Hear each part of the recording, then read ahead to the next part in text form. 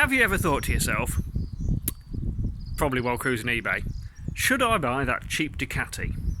I mean, everybody likes a Ducati. They're exciting, they look good, they sound good. You know, there's a passion to a Ducati. But should you buy a cheap one? Well, a couple of weeks ago, before all the lockdown kicked off, I was cruising eBay and I saw a reasonable looking 26,000 mile 748 Ducati in yellow. And I thought, I'll have a cheeky bid it low. And the next thing I know, I had bought a 748 Ducati that was 200 mile away. So, it's not perfect. I think we can be safe to say that.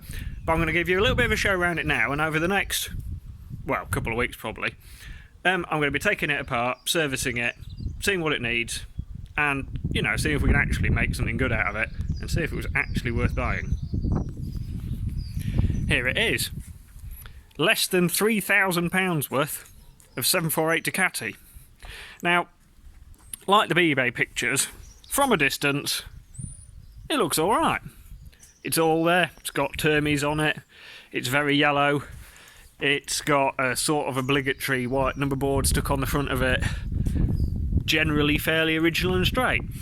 One thing you might notice is it's a bit low. This is quite common with the eccentric chain adjuster, that people set the wheel at the top of the swinging arm, and what you're supposed to do is then change the ride height adjuster in here to compensate for the wheel moving in the swinging arm. But these seize up. And interesting, this one's got the bottom nut missing, so I think they've tried to adjust it, but the top nuts are not in the best shape. Somehow there's a mark in the shock, but the shock's not in the nicest condition, so I'll probably refurbish that. I've also noticed that it used to have a full-size hugger on it, which somebody's cut down. So they've either tried to put the wrong size back tyre in it, or again, they've adjusted the back wheel into the wrong position and the tyre hit the hugger. The other thing I noticed, the closer you look, is the back of the engine has been painted. Now, the engine paint on the Ducatis flakes off fairly regularly anyway, so it's not uncommon to see them painted. It's not the nicest job, but it's all right. But the alternate cover's a bit grotty, so that's going to want doing. Not quite sure how they managed to scratch the swinging arm like that, and also not entirely sure why just this side of the rear wheel has been painted. The rest of the wheel, mint. There's the odd little marks on the panels, some crinkly fake carbon stuck on it. Oh yeah, and then if you're not careful, the back lights fall out of it. Clutch cover has been painted again, Stevie Wonder's finest work, but the frame's tidy. Not convinced that that panel's the same colour as that panel, and obviously it's been dropped at some point in life. But you know, it's 26,000 mile, and it runs, and it's fairly straight. So I'm going to get it on the bench, and then yeah, really get into it. As you can see, we've got the bike on the bench now. It even came with a paddock stand, which has got a little bit of a list to it, so I'm being a little bit careful with it. Now I'm going to pull the fairing off it, strip it down a little bit and see what we've really got under the skin. Luckily they're really easy to take the fairing off, so it shouldn't take me too long.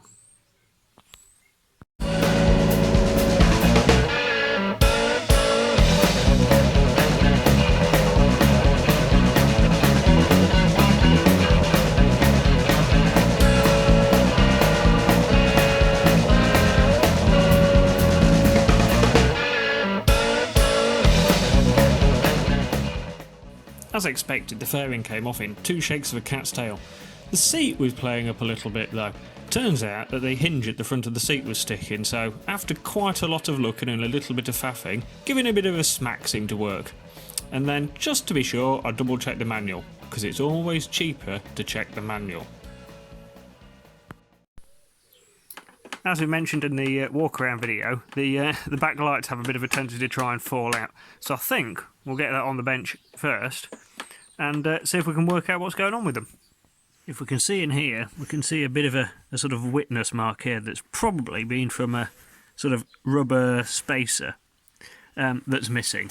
And I think what's supposed to happen is, if we line those holes up there, this goes in here, and just down in there, there should be a bit of rubber to sort of stop everything rattling around. But we don't have one, so we're going to have to make one. All I've done here is I've cut a piece of fuel pipe and slit it down the middle, and it just sort of hooks over where the original rubber joint would have gone, and I'm just going to squeeze that into there, and as you can see that's considerably better. I've got some high bond some high bond sticky back foam. So what I'll do is I'll reattach the reflector indicator. I must be going mental. And that's the seat unit bit done for now. Well, I had the seat off, or before I put it inside the house and forget about it, I remember that the brake lights weren't working. So I've checked the wiring, and we've got 12 volts up to the connector, and the connector is good resistance, or no resistance even down to the bulbs, so that's alright. So I've ordered some bulbs, but I've also got this bit of overspray, so I'm just going to have a go at trying to polish it out and see if it comes up alright. So 5 minutes with something that's a bit like T-cut has brought that up really quite nicely. I suspect now that's actually probably the best polished bit on the bike. So yeah, that'll do for now, I think. Seat unit done. In the morning, I think we'll move on to engine work.